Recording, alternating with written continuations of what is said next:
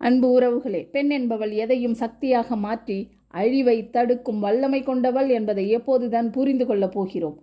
நமக்கு தெரிந்த கதைதான். போரில் துரியோதனன் இறந்து போவான் என்று தெரிந்தவுடன் காந்தாரி தன் தவ வாழ்வின் பலனை மகனின் உடலில் அவனை காக்கும் சக்தியாக தர வருகிறாள்.